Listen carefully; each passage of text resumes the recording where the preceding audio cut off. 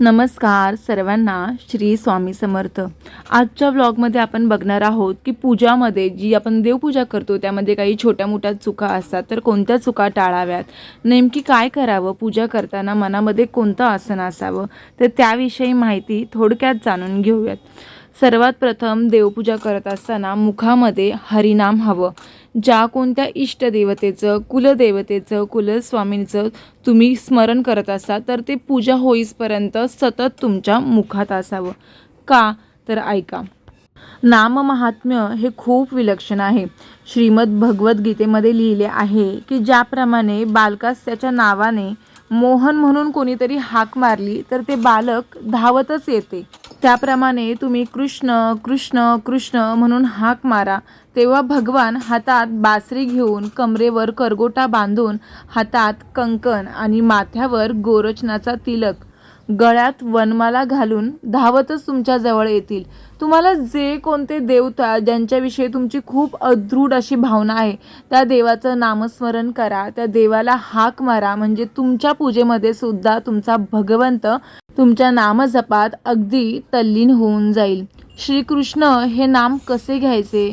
ज्याप्रमाणे तहानेने अत्यंत व्याकुळ झालेली व्यक्ती जशी पाणी पाणी पाणी म्हणून जशी हाक मारते, अथवा ज्याप्रमाणे तृप्त व्यक्ती आहा आनंद असं असतं, त्याप्रमाणे हे नाम घेतले जाते।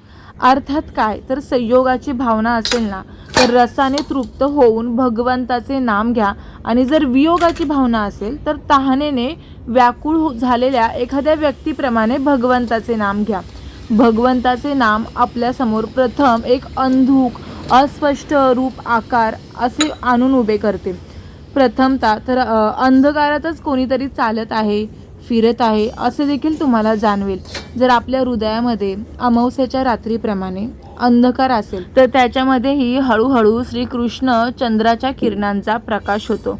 आणि खरं म्हणजे तर भगवंताला कृष्णचंद्र, रामचंद्र म्हणण्याचा हाच तर तो अभिप्राय आहे। चंद्र मनाची देवता आहे आणि हीच मनामध्ये एक प्रकारे प्रेम जागृती करत असते। चला जाणून घेऊयात कोणत्या चुका आपण टाळू शकतो। सगळ्यात आधी म्हणजे जेथे आपण नामजपाकरिता बसतो ना तर ते स्थान हे पवित्र असले पाहिजे आणि एकांत त्या ठिकाणी तुम्हाला अनुभवता आला पाहिजे। आवडी विठ्ठल गाईचे एकांती, अलभ्यते येती लाभगरा। जिथे आपल्याला विठ्ठला नामामध्ये किंवा आपण ज्या कोणत्या देवाचे नाम घेणार आहोत त्याच्यात गोडी कधी लागणार आहे, जेव्हा त्या जागेवर शांतता आणि एकांत असेल, त्या ठिकाणी तुमचे देखील मन अगदी तल्लीन होऊन देवाच्या नामात रमेल। म्हणून जे कोणतेही आसन घ्याल किंवा जे स्थान असेल ते पवित्र आणि एकांत असलं पाहिजे। दुसरी गोष्ट म्हणजे ज्या आसनावर तुम्ही बसता ते भोजनाचे म्हणजे जेवणाचे किंवा झोपण्याचे आसन असता कामा नये। किंवा आपण अनेक वेळा कोणी आपले मित्रमैत्रिणी पाहुणे आलं तर त्यांच्यासोबत ते जे बसकर असेल आसन असेल ते खाली टाकतो, त्याच्यावरती बसून गप्पा मारतो। म्हणूनच असं सांगितलं आहे की भोजनाचे किंवा गप्पा मारण्याचे, झोपण्याचे आसन ते असता कामा नये। ते केवळ फक्त देवाच्या नामजपाकरिता किंवा देवपूजेकरताच वापरले जाणारे असावे। तिसरी गोष्ट अशी की मानसिक रूपाने पवित्र होऊन नामजप करण्याकरता बसावे आणि हालचाल होणार नाही। नामजप करताना अजिबात आसन डगमगणार नाही, अशा स्थितीचंच आसन असावं। आणि आपणही ती काळजी घ्यावी की नामजप करताना आपण सारखं डोलणार नाही, पागे पुढे हलणार नाही, अशा गोष्टींची काळजी घ्यावी लागते। आपल्याला माऊलींच्या हरिपाठामध्ये सुद्धा सांगितलं आहे बघा, ठाईचं बैसोनी करा एकचित्त, आवडी अनंत आळवावा। आता तुम्ही म्हणसाल की ही आसन म्हणते, तर आसन म्हणजे काय?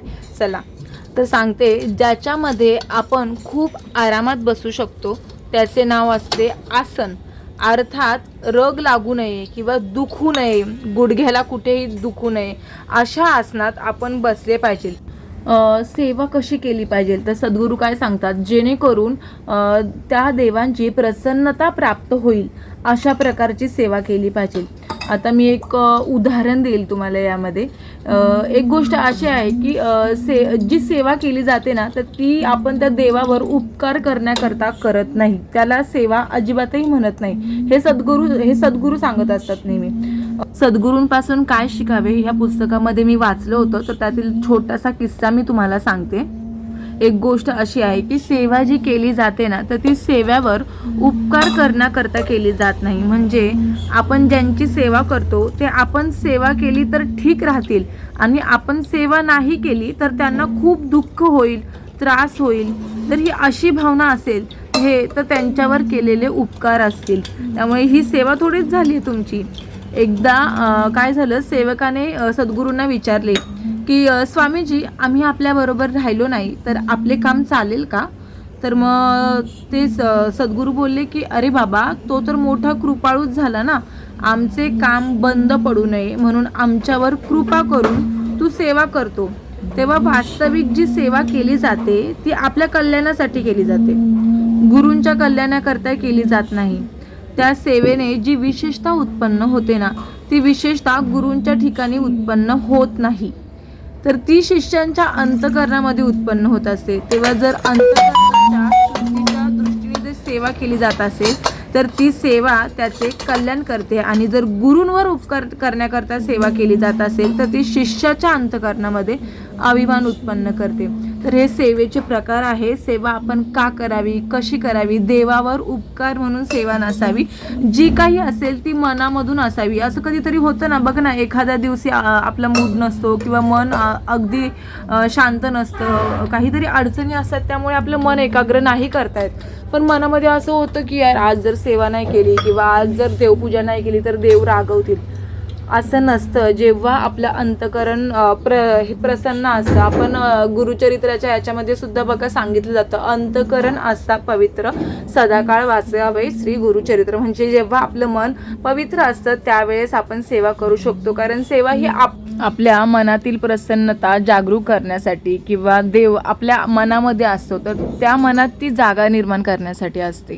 सेवा केल्यानंतर आज आम्ही खूप मोठी सेवा केली, अशी सेवा तर दुसरे कोणी देखील करू शकत नाही, असे जर तुमच्या मनामध्ये आले किंवा असं देखील म्हणता येईल की नाही, आमच्याकडून तर खूपच कमी सेवा घडली आहे, अर्थात आपल्या सेवेमध्ये जी न्यूनता आहे त्याच्यावर जर दृष्टी गेली ना तर तुमचे कल्याणच होईल. आणि आपल्या सेवेच्या अधिकतेवर दृष्टी गेली तर तुमचे अमंगल होईल.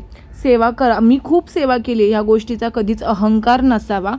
उलट असा असावे की मला खूप काही अजून करायचं आहे, ही न्यूनता तुमच्या मनामध्ये हवी. हरिपाठामध्ये काही ओवी आहेत.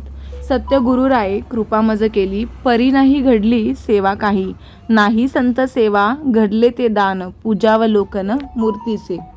तर हे होतं सेवेच्या बाबतीत की सेवाचा अहंकार नसावा आपल्या मनामध्ये, त्याबद्दल. आता दुसरं अजून कोणती खबरदारी घेऊ शकता की देवाची पूजा करताना आपण आपलं शरीर सर्व जे काही आहे स्वच्छता असावी. मन स्वच्छ करून, शरीर स्वच्छ करून मग नंतर आपण देवांच्या पूजेसाठी जातो. आधी स्वतः नटावं, मग देवांना नटवावं. आपण शुद्ध असलो तर आपण समोरचं वातावरण शुद्ध करू शकतो. तर त्यावरच सद्गुरू काय म्हणतात ते ऐका. सद्गुरूंनी एक गोष्ट सांगितली की एक शिष्य स्नान करण्यासाठी गेला तर त्याला विचारले की तू कशासाठी स्नान करतो, आपले शरीर स्वच्छ करण्याकरता का? तर मग तो शिष्य त्यावेळेस म्हणाला की नाही, मी स्नान करून प्रथम तयार झालो तर गुरुजींना स्नान करण्याविषयी सोयीचे होईल. त्याने स्वतः प्रथम स्नान का केले तर गुरुजींना स्नान घालण्याकरता त्याने प्रथम स्नान केले. म्हणजे त्याच्या गुरूंना स्नान करण्यासाठी किंवा स्नान घालण्यासाठी त्याने आधी स्वतः स्नान केले. तेव्हा त्याचा अर्थ असा होतो की आपल्या व्यवहारातील, वर्तनातील संपूर्ण अवयव त्यांच्या सेवेकरताच आपण, म्हणजे देवांच्या सेवेकरताच आपण समर्पित करत असतो. गुरूंना खाऊ घालण्याच्या अगोदर स्वतः खाऊन आले, कारण गुरुजींना खाऊ घालण्यामध्ये सुविधेचे राहील किंवा सोयीचे होईल. सद्गुरू म्हणतात की आपल्या मनामध्ये नेहमी संतुष्ट भाव असावा, मग ते वस्तूंकरता असो किंवा कशा करता देखील. मनाचा संतोष ही एक खरंच खूप मोठी वस्तू आहे. बाह्य ज्या येणाऱ्या जाणाऱ्या वस्तू आहेत त्या खूप लहान आहेत. कधी 2 आण्याकरता आपल्या मनामध्ये असंतुष्ट असतो, तर कोणी 2 रुपयांकरता सुद्धा, तर कोणी 200 रुपयांकरता, तर कोणी 2000 आणि कोणी 2 लाखांकरिता असंतुष्ट असतो. प्रत्येकाचा मनातील भाव हा वेगवेगळ्या गोष्टींसाठी असंतुष्ट आहे. परंतु मला असं वाटतं की 2 आणे असोत अथवा 2 लाख रुपये असोत, असंतोष तर मनामध्ये होतोच ना. आणि तो असंतोष ज्याच्या मनामध्ये येतो त्याला खूप दुःख देऊन जातो. म्हणून माणसाने कधी संतुष्ट असावं असं आपले गुरु सद्गुरू नेहमी शिकवत असतात. उदाहरणार्थ असंही देखील घेऊ शकता की एखाद दिवशी भात कच्चा असेल तर भाकरीवरच राहा, कधी डाळ शिजली नसेल तर भाजीने काम चालवा, एखाद्या दिवशी जर मलमलीत कापड मिळाले नाही तर जाडजूड कापडच परिधान करा. आपण म्हणाल की मलमलीत पातळ कपडा परिधान केल्याने आपली वाहवा होते आणि जाडजूड कपडे परिधान केले तर आपली वाहवा होणार नाही. परंतु जर सत्य परिस्थिती अशी आहे की उलट लोक म्हणतील की हे खूप साधे आहेत जर साधी कपडे घातली तर. श्रीमंत असून सुद्धा जाडजूड कपडे हे लोक परिधान नाही करत, म्हणजे आपली चांगली प्रशंसा केली जाईल त्या ठिकाणी. याप्रमाणे जो खूप चांगल्या प्रकारचे भोजन करू शकतो परंतु जर तो अगदी साधे भोजन करूनही संतुष्ट झाला तर लोक असंही म्हणतील ना की पहा कसे साधे व्यक्तिमत्व आहे हे. महापुरुषच तर असे असतात, थोड्यानेच जे संतुष्ट होतात. म्हणून जर निंदेची भीती वाटत असेल ना तर ती खरंच सोडून द्या. साधे भोजनही करा, साधे वस्त्रही परिधान करा आणि जास्त करून तर स्वतःला साधेपणातच ठेवा. जशी वेळ येईल ना त्यामध्ये संतुष्ट राहा, संतोष माना, मन नेहमी प्रसन्न राहील. याकडे सर्वात जास्त माणसाने लक्ष दिलं पाहिजे जेणेकरून आपल्या चेहऱ्यावरचं स्मित हास्य हे कायम तसंच टिकून राहील. असे सद्गुरू शिकवत असतात. सद्गुरू सांगतात की भगवंताचे वर्णन करणारे जे शास्त्र आहे त्या शास्त्रावर श्रद्धा ठेवा, कारण की ईश्वरावरचा विश्वास हाच एक असा खजिना आहे ना की त्यातून सुख आणि शांती जेव्हा आणि जेवढी पाहिजे तेवढी तुम्ही आकर्षित करून घेऊ शकता. ईश्वर हा शांतीचा आनंदाचा समुद्र आहे. त्यामुळे भगवंताचे वर्णन करणारे जे शास्त्र आहे त्यावर खरंच मनापासून श्रद्धा. अजून एक महत्त्वाचं सांगायचं राहिलं की सद्गुरूंचा एक खरंच खूप महत्त्वाचा मोलाचा सल्ला की भगवंताचे चरित्र जे आहे भगवंताच्या प्रसन्न करता, म्हणजे भगवंत आपल्याला प्रसन्न व्हावे तर कशा प्रकारे आपण ते प्रसन्न करून घेतले पाहिजे, तर त्यासाठी कसे श्रवण केले पाहिजे, म्हणजे जी काही कथा आहे जे काही शास्त्र आहे ते कसे श्रवण केले पाहिजे, कसे शिकले पाहिजे त्याविषयी ते सांगतात की भगवंताच्या चरित्राचे जेव्हा श्रवण केले जाते तेव्हा सीता माता प्रसन्न होते, राधाराणी प्रसन्न होते, रुक्मिणी माता आनंदी होते, लक्ष्मी माता संतुष्ट होते आणि त्या श्रोत्याचे ते कल्याण करतात. जेव्हा भक्तांचे चरित्र श्रवण केले जाते ना तेव्हा भगवान अत्यंत प्रसन्न होतात आणि श्रोत्याचे कल्याण करतात आणि ते आपल्या हृदयामध्ये विराजमान होऊन देखील प्रसन्न होतात. त्यामुळे आपण जिथे कुठे कोणते शास्त्र असेल किंवा बघा भरपूर कथा वगैरे आपल्याला सांगितल्या जातात तर त्या कथा श्रवण करण्याकरता आपण नामसप्ताह असतात, अखंड सप्ताह त्याच्यात जाऊन बसतो. तर सद्गुरू सांगतात अशा ठिकाणी ज्यावेळेस आपण जातो जिथे सत्संग असतो तर त्या ठिकाणी जास्त कुजबूज करू नये, एकमेकांच्या कानामध्ये बोलू नये, जेणेकरून काय होतं जी व्यक्ती आपल्याला कथा सांगत असते ना तर त्या व्यक्तीचं दुर्लक्ष होतं, त्याचंही मन लागत नाही की मी काय सांगतोय हे. आणि अशा ठिकाणी जर कोणी कोणाच्या कानात बोलत असेल तर ते त्याला तेथून बाहेर जाण्यासाठी सुद्धा सांगू शकतात. पण कसं आहे ना सत्संगात बसून कापट्य करीत राहणे, लपवण्यासारख्या गोष्टी बोलत राहणे किंवा एकमेकांच्या कानामध्ये कुजबूज करत राहणे, एकमेकांना पाहून हे पहा ते पहा किती उत्कृष्ट गोष्ट सांगितली आहे असं म्हणण्याची खरंच काही गरज नसते, कारण हे सगळं व्यर्थ बोलत आहे असं होतं. एखाद्या संताची आपल्यावरती नाराजी देखील त्यावेळेस होते. त्यामुळे अशा गोष्टी सद्गुरू सांगतात की सत्संगमध्ये किंवा कथा सांगत असताना व्यवस्थित श्रवण करावे, अजिबात कुजबूज करू नये, जेणेकरून आपले एखादे संत आपल्यावरती नाराज होणार नाही, आपले ईश्वर हे आपल्यावर नाराज होणार नाही. तर याकरता ह्या गोष्टी सांगितलेल्या असतात. तर बाकी जास्त काही आज मी सांगणार नाही. एवढ्याच ज्या काही 5-6 गोष्टी होत्या त्या खूप शिकण्यासारख्या आहेत सद्गुरूंकडून. आणि यावर जर अजूनही तुम्हाला काही जाणून घ्यायचं असेल, वाचायचं असेल तर डिटेल्समध्ये तर सद्गुरूंपासून काय शिकावे हे हबप डॉक्टर श्री नारायण महाराज जाधव जे आळंदीचे आहेत त्यांचं पुस्तक आहे, त्या पुस्तकामध्ये दिलेलं आहे. खूप छान छान कथा दिल्या आहेत आणि खूप छोटंसं पुस्तक आहे जे एका दिवसात म्हणण्यापेक्षा एका तासात वाचून होईल. तर नक्की तुम्ही ते पुस्तक घ्या आणि खरंच सद्गुरूंपासून काय शिकावे ह्या खूप छान कथा त्याच्यामध्ये सांगितल्या आहेत. अक्कलकोटी वास करुणी दाविली अघटित चर्यारी लीला पाशे बद्ध करुनिया तोडिले भव भयारी.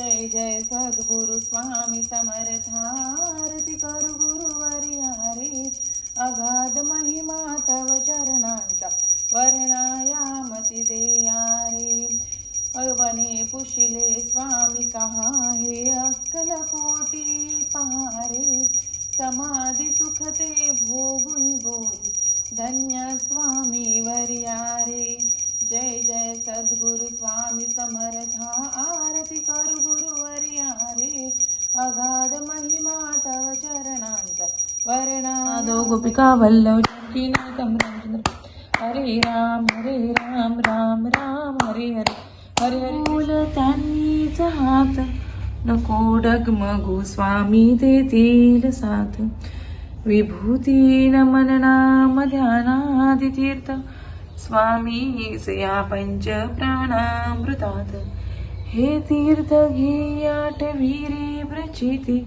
सोडी कदा स्वामी जागे अशक्य हि शक्य करतील स्वामी अशक्य हि शक्य करतील स्वामी अशक्य हि शक्य करतील स्वामी